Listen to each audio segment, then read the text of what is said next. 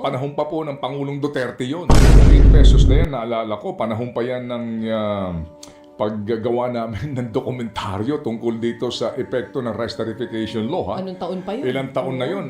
Panahon pa po ng Pangulong Duterte yun. Oh, wow. 8 pesos na presyuhan po ng palay. Ngayon po may mga ganung mga lugar daw na ganun po ang baratan sa presyo po ng palay ng ating local farmers. Ito hong tama, Executive Order number 100, yung 101 pala, ito yung sa Gipsaka na EO, no? Nagkaroon lang ho ng kalituhan sa akin kanina. But again, ito po yung napaka-importante na atin pong malaman ang damdamin po ng nasa hanay ng pagsasaka. Bagamat ngayon, uulitin ko lang, kapansin-pansin nga po na yung presyo ng commercial rice ay nagmamahal kasi nga may usapin tungkol sa supply issue. Dahil nga po sa, if you remember, nagkaroon po ng moratorium, di ba, sa importasyon. Tama naman daw ho yun para mapangalagaan ang ating local market. Ang ating pong, of course, no, local farmers natin and yung pong merkado para po sa locally produced rice. Ang sistilang, hango po sa ating mga nakalap na informasyon, dahil ang local rice po naman natin, yung karamihan sa mga ibinebenta sa mga pamilihan, kapansin-pansin na mismo yung ating local rice, baby girl, commercial rice, ay halos either mas mahal pa sa imported o kaya po naman mga kapatid ay kapag ating sinuri yung kanyang presyuhan, sa prevailing price ng special ay 60 pesos. Pareho lang po ng imported, ito po ay hango sa bantay presyo ng DA. Pero sa toong buhay daw, mga kapatid, mas mahal pa nga yung local na magandang klase. Pero yung nga po ang siste, kung hindi available yung local, ang hinahanap nga po, although hindi mo naman siguro malalaman kung minsan kung ano ba yung local at imported kapag ang binibili, yung mga magagandang klase ng bigas.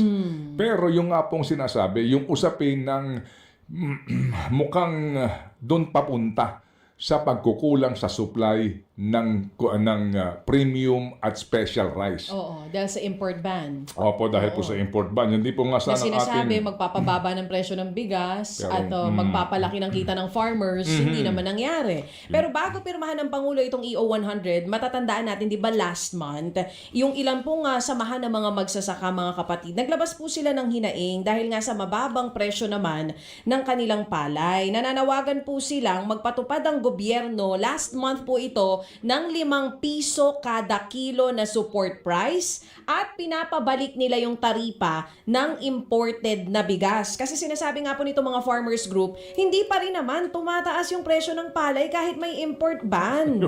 At sa ibang lugar, natatandaan mo ba, sinabi pa sa atin, umaabot po ng 8 pesos, o bumaba ng 8 pesos kada kilo ang bentahan po sa presyo ng palay. Grabe, no? Iyang 8 pesos na yan, naalala ko, panahon pa yan ng paggagawa namin ng dokumentaryo tungkol dito sa epekto ng rice tariffication law. Ha? Anong taon pa yun? Ilang taon na yun. Panahon pa po ng Pangulong Duterte yun. Oh, wow. 8 pesos na presyuhan po ng palay. Ngayon po may mga ganung mga lugar daw na ganun po ang baratan sa presyo po ng palay ng ating local farmers. Anyway, so dito po sa usapin nga na ito, no, yung pong import ban na pinatutupad, mukhang yung kanyang adikain hindi nararamdaman sa ngayon na naman. At ito na nga po, meron tayong executive order para po sa pagkakaroon daw po ng ceiling. Price ceiling po sa pagbili ng palay. Ang tanong dyan, yan ba sakop ang mga commercial at private traders o yan ho ba ay para lamang sa gobyerno? Meaning NFA at saka yung mga LGUs na bibili ng local palay. Although ito ho'y bahagi din sa Gipsaka Act na pinasa at ang pangunahing may akda po naman yan ay si Senador Francis Pangilinan. So dito mamaya pag-uusapan natin to para lang ho natin maramdaman ano po ang damdamin nito pong mga mismo apektado sa executive order na ito. Kasi ho sa gitna nitong mga ghost projects, sa mga issue ng korupsyon, ito po yung isang issue rin po na dapat natin tutukan kasi ito ho talaga yung panlaman sa ating sikmura. Ay, sinabi mo. Sinabi mo pa. So dito sa EO 100 na pinirmahan ng Pangulong Marcos Jr., may tinatawag na steering committee. Ito na kaya ang magpapataas sa presyo ng palay? Ang dami po nito. Kumbaga, ano tawag dito? Avengers Unite. Ang kasama, DA. Kasama ang DILG, DTI, DAR, DSWD at NFA. Para nga daw, tulungan po ang gobyerno, silang magdedesisyon sa pagtatakda po ng ipatutupad na floor price. Sa dami mo naman nilang ahensya na yun nagsasanib puwersa pag di pa nila napataas talaga yung presyo ng palay, Ewan ko na lang. Ang sinasabi pa po ng Pangulo, ang layunin nga daw po ng EO 100 na ito, patatagin yung presyo ng palay po sa farm gate level pa lang. Kasi yan po ang matagal nang idinadaing ng mga magsasaka natin. Dahil ang taas-taas ng presyo in the market ng bigas. Pero ang buying price sa palay, napakababa. So ito na naman, bagong EO na naman na ang sinasabi, proteksyon ng mga farmers, seguridad sa pagkain. Ang tanong, mangyari na naman kaya ang pangako ng EO na ito? Section 8 ng naturang EO ay funding. AI. Just generating. Tim with Monday Sidekick. The funding requirements for the initial implementation of this order shall be charged against the existing appropriations of concerned agencies of the steering committee and such other funding sources as may be identified by the DBM. So, ibig sabihin po, may dagdag na naman po itong gastos para po sa atin. Kasi nga, may mga meeting sila dito, etc. Para pong ICI lang din.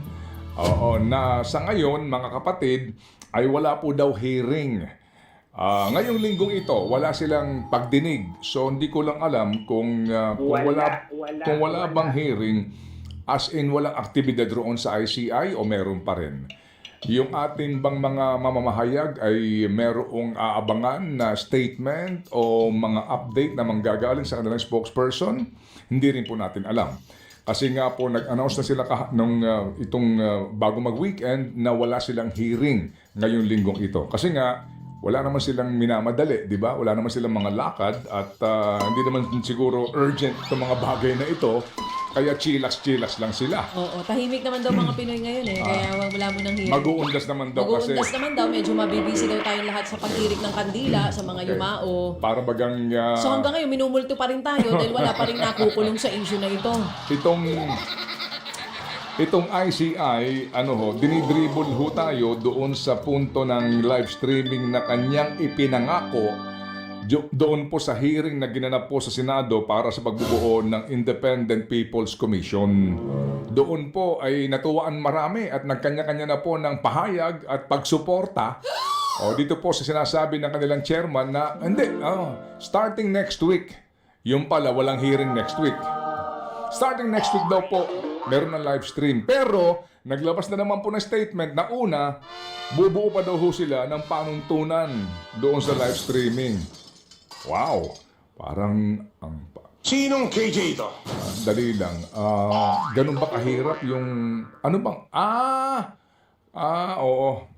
Kung paano po nila sasalagin ang panawagan na talaga pong wala ng kondisyon sa live streaming. Parang ganun po ang datingan. Mamaya, babalikan po natin tong isyong ito sa punto rin po ng pagtatatag ng isa pang na kumbaga na mas pinalakas daw na ICI na ang tawag ay Independent People's Commission. IPC naman. Alright, sige. Ito muna si Ginoong Raul